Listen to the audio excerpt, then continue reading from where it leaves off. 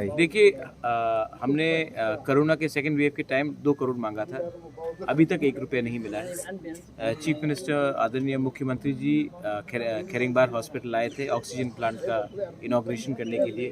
उस समय हमने 28 करोड़ मांगा था, चीफ मिनिस्टर ने 30 करोड़ कहा था। अभी तक आज दिसंबर हो गया है, अभी तक पैसा रिलीज़ नहीं हुआ है, हमें आज तक 1 पैसा नहीं मिला है। तो हमारे अंदर बहुत कंस्ट्रेंट्स हैं और मैं यही रिक्वेस्ट करना चाहता हूँ कि एडीसी को सौतेला बच्चा रखकर हम पॉलिटिक्स नहीं कर सकते, शासन नहीं कर सकते। अगर कोई भी कहता है कि एक त्रिपुरा श्रेष्ठ त्रिपुरा है, तो एडीसी को अपना सौतेला बच्चा जैसा देखकर अगर कोई शासन करेगा तो ये त्रिपुरा का ही नुकसान होगा।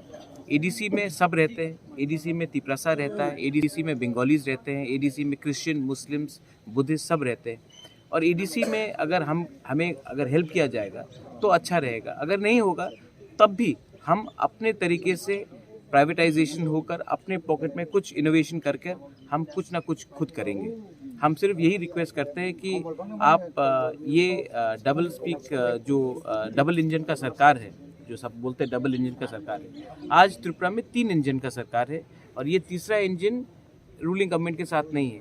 इसका ये मतलब नहीं है कि हम त्रिपुरा का भला नहीं चाहते हैं, इसका ये मतलब नहीं है कि हम त्रिपुरा में सबको अच्छा नहीं देखना चाहते। So I request the state government to look at us sympathetically and look at us with a bigger heart. Council में हमारा बीजेपी के बहुत विधायक हैं, उनके संग हमारा कोई डिस्प्यूट नहीं, वो और हम बहुत स्मूथली काम कर रहे हैं।